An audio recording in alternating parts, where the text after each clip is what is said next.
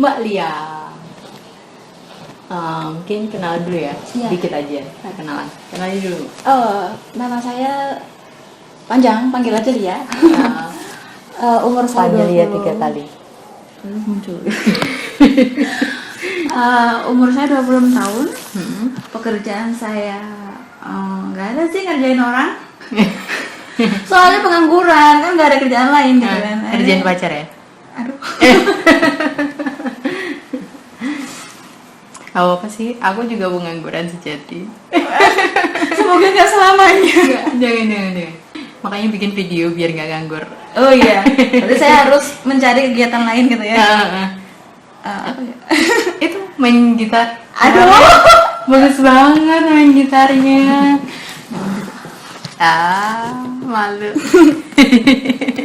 Oke, hari ini kita mau bahas tentang self love. Nah, awalnya aku kenal Mbak Lia itu tahun lalu. Bulan ini ya, Mbak. Bulan ini banget. Jadi ini benar-benar kayaknya anniversary pertama pertemanan kita.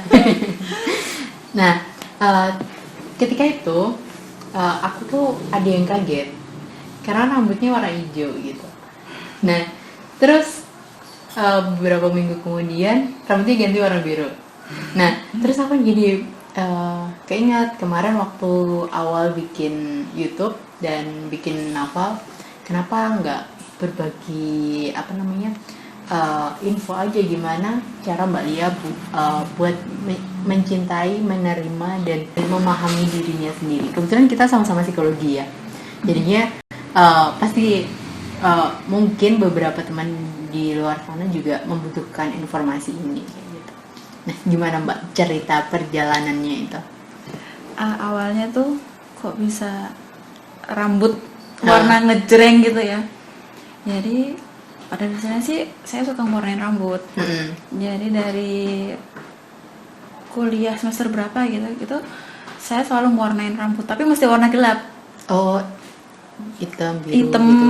Terus coklat tua, hitam, tapi seringnya sih hitam. Soalnya rambut saya kan agak apa ya, kayak jagung gitu loh. Oh, sama berarti.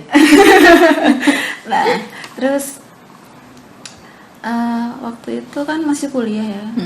Kalau ngewarna macem-macem, saya takut sama dosen. Iya Gitu, sih. ya. Kadang dosen ada yang baperan ya. Ada yang baperan. Terus saya tuh dulu paling takut gini. Kamu banyak tingkah tapi nilaimu jelek, nggak masuk gitu. Itu paling takut kayak gitu. Iya, judgement. Jadi tahan, ntar aja. Saya sempat nadar dulu. Skripsi selesai, dapat nilai nggak jelek, rambut warna hijau. Oh berarti itu bentuk nazar ya? Iya, tapi ternyata terrealisasikan setelah setahun setelah saya lulus. Oh gitu. iya, waktu ketemu itu. Nah, terus pasti aku yakin sih berani seperti itu ada perjalanan panjangnya kan di balik semua itu gitu. Iya. Karena mungkin aku sendiri juga masih belajar sih buat melakukan 3 hal tadi, menerima, mencintai, dan memahami diri sendiri kayak gitu. Gimana Mbak? Gimana ya?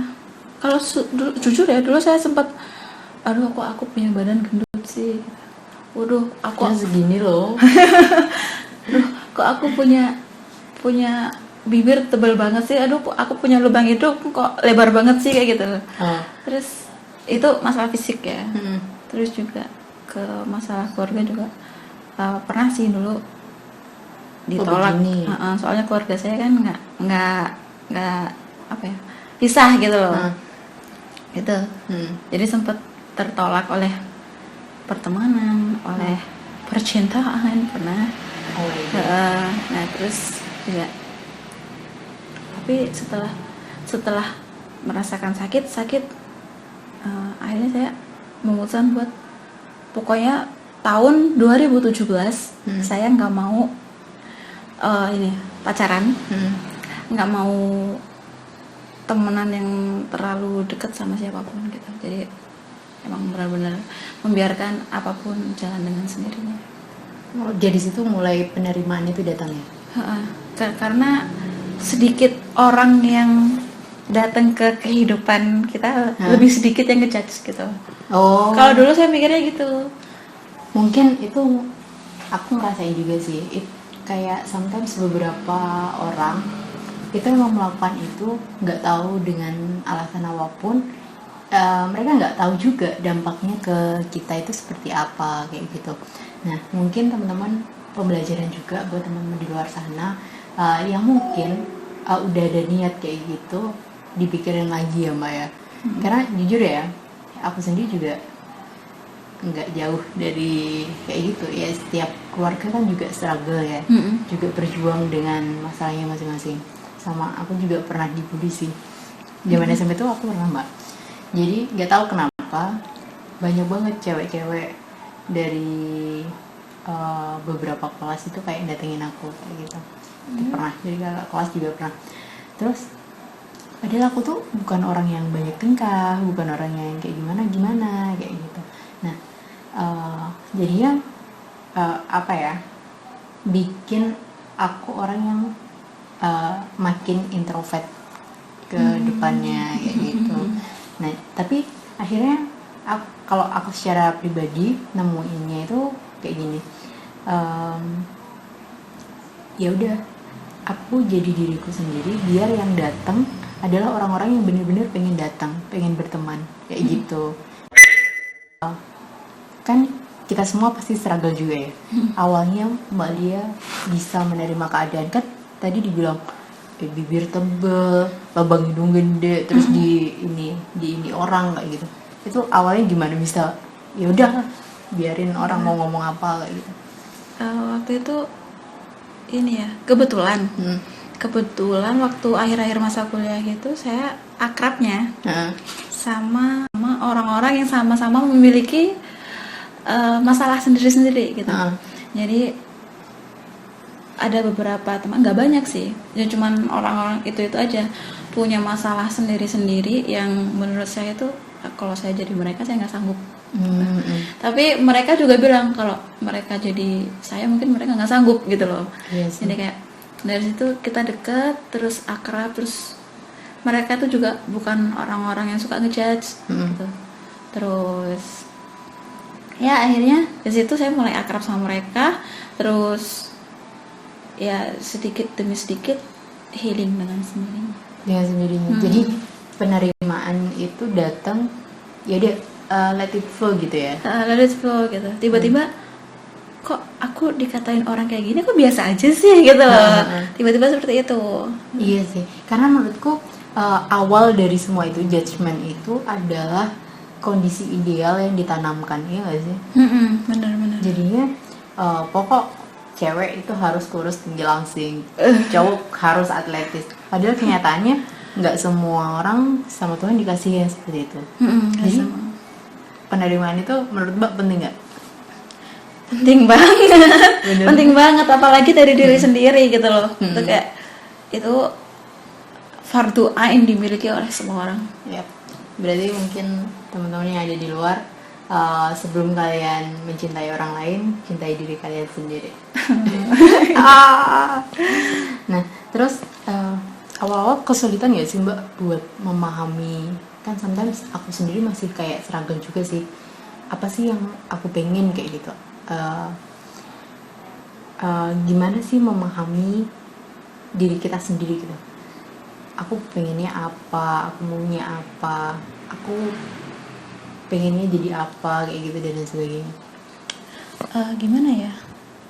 Mungkin kalau buat saya kan orangnya introvert. Sama ya. Saya orangnya introvert, jadi ketika sendirian saya merasakan gimana ya, enak aja gitu loh. Jadi waktu itu tahun akhir 2016 kan saya putus. Di situ putus yang benar-benar saya ditinggalin. Jadi saya memutuskan tahun 2017 saya harus jomblo, temenan udahlah let it flow aja gitu. Ternyata tahun 2017 itu ya benar-benar jomblo, banyak cinta mendekat ku menolak gitu. Banyak kayak lagunya BCL kan ya. Banyak cinta yang datang mendekat ku menolak gitu. Tapi ternyata kebablasan kan sampai beberapa tahun kemudian nggak ada yang mau. Padahal sebenarnya di sini pengen pacaran gitu. Butuh temen gitu. Betul, ada yang menemani. Dan akhirnya tapi di Indo saya punya beberapa temen tuh yang emang deket itu, temen dari akhir-akhir kuliah itu, akhirnya ya nyaman aja gitu. Meskipun ya pasti dalam pertemanan tuh kan Naik ada turun. gitu kan, ada aja gitu. Tapi ya nyaman aja gitu. Kita saling nerima. Mereka juga memiliki masalah fisik dan psikis masing-masing gitu. Terus akhirnya saya nggak pacaran, cuma temenan sama mereka aja. Jadi, cowok ya temennya? Cewek cowok cewek cowok banyak kan? Tapi nggak sampai banyak gitu loh, cuma beberapa aja. Terus sampai tahun 2017 2018 ini saya coba mulai saya maunya ini gitu. Saya kayak gini, ya udahlah gitu. Baru ketemu tuh penerimaannya. Ini berarti emang semuanya tuh berjalan ya? Berjalan lama banget, maksudnya untuk memahami itu kita harus mulai dari yang mungkin dulu masalah datang, jadi flow baru kita bisa memahami, menerima gitu ya. Jadi ibaratnya mulai akhir 2016 sampai pertengahan 2019 lah. Lama juga Ya lumayan. Masya Allah, kayak gitu deh. Jadi emang kebanyakan masalah psikis itu nggak bisa kayak demam 3 hari sembuh, tapi emang harus benar-benar langsung treatmentnya lama gitu. Padahal anak psikologi sendiri ya. Aduh, aku sendiri juga sih. Sampai sekarang tuh masih berjuang melawan kayak gitu. Kemarin sebenarnya udah cerita sih, mungkin aku ceritain gitu, nggak tahu nanti berfaedah atau nggak. Jadi 2015 ibu kan nggak ada. 2015, 16, 17 itu masih survive lah, karena aku di kampus dan masih skripsi. Jadi fokus itu masih fokus sama skripsi. Ketika 2018, skripsi selesai, akhir skripsi itu aku mulai kayak menolak orang-orang yang datang kayak gitu, karena emang kayak masih berat gitu loh. Berat. 2018 itu kayak udah semakin mengisolasi diri, tapi aku tetap pengen berkembang.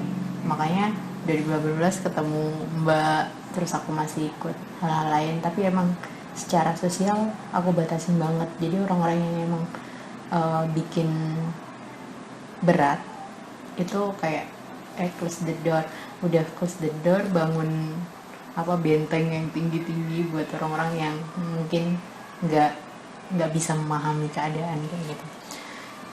Terus lama-lama kesini I'm not really okay with this gitu kan. Baru sadar buka-buka DSM tuh. Aduh, terus udah pusing buka DSM. Ketemu lah di depresi. Ternyata aku udah depresi parah kayaknya, karena udah dari 2016 insom itu lumayan parah, terus mengisolasi diri semuanya loh, kok ada semua kayak gitu. Terus akhirnya mulailah aku bikin video tentang psikologis, biar ada beberapa tujuan sebenarnya. Selain buat healing, juga biar aku nggak berhenti belajar. Jadi ketika aku ketemu orang baru, mungkin kayak Mbak Lia, terus teman-teman aku yang lain, itu tuh aku belajar lagi kayak gitu, biar tetap berkembang, dan mungkin nanti lama-lama aku bisa berdamai juga kayak gitu. Amin. Aku juga ini kok ngakuin kok bertemu sama teman-teman yang punya masalah juga. Itu kayak mereka juga punya masalah, aku juga punya masalah gitu. Kayak mungkin ada solidaritas ya di situ. Sama-sama punya berjuang bener untuk kesehatan mental masing-masing. Bener, karena kesehatan mental itu kayak nggak bisa dianggap remeh gitu nggak sih? Nggak bisa. Soalnya dulu ini masalah kayak gini tuh kecil-kecil, dulu aku sempat pengen bunuh diri loh sebenarnya. Sampai itu, ada panggilan. Itu waktu tahun 2014, awal-awal kuliah, tengah-tengah kuliah. Nah, waktu itu Terus yang aku pikir jangan, soalnya ibuku udah nggak ada tuh. Kalau aku nggak ada, ibuku bisa tambah gila gitu loh. Berat gitu. Ya udah lah, ntar kalau ibu nggak ada aku ikutan mati gitu. Sampai Terus, kayak gitu. Itu berdamainya gimana? Ya Selain lama. ibu, Terus kucing juga. oh ya, si Bambang ya. Jadi ada kucingnya itu lucu banget, Bambang dan kawan-kawan. Jadi waktu itu aku nemu kucing, wah ini aku harus sehat. Karena kalau nggak sehat ini kucing-kucing yang terlantar ini nggak terawat gitu loh. Kayak gitu. Cinta binatang sekali sih. Aduh, nggak juga sih. Sampai berapa itu? 6? Berapa? Kalau sekarang tinggal 6. Heeh. Kalau dulu sampai 23 sih. Wow, gila. Itu ambil jalan semua. Semua segitu. Padahal lucu-lucu kayak gitu ambil di jalan semua Mbak. Ada sih, ada satu. Itu dikasih kakakku yang Persia itu. Dia punya anak satu. Yang lain Yang lain dari ambil di jalan. stray cat. Oke. Kita tutup ya. Semoga video kita bermanfaat dan silakan teman-teman juga di luar sana belajar dari pengalaman kita berdua supaya kita bisa sama-sama sehat secara mental. Amin. Dadah.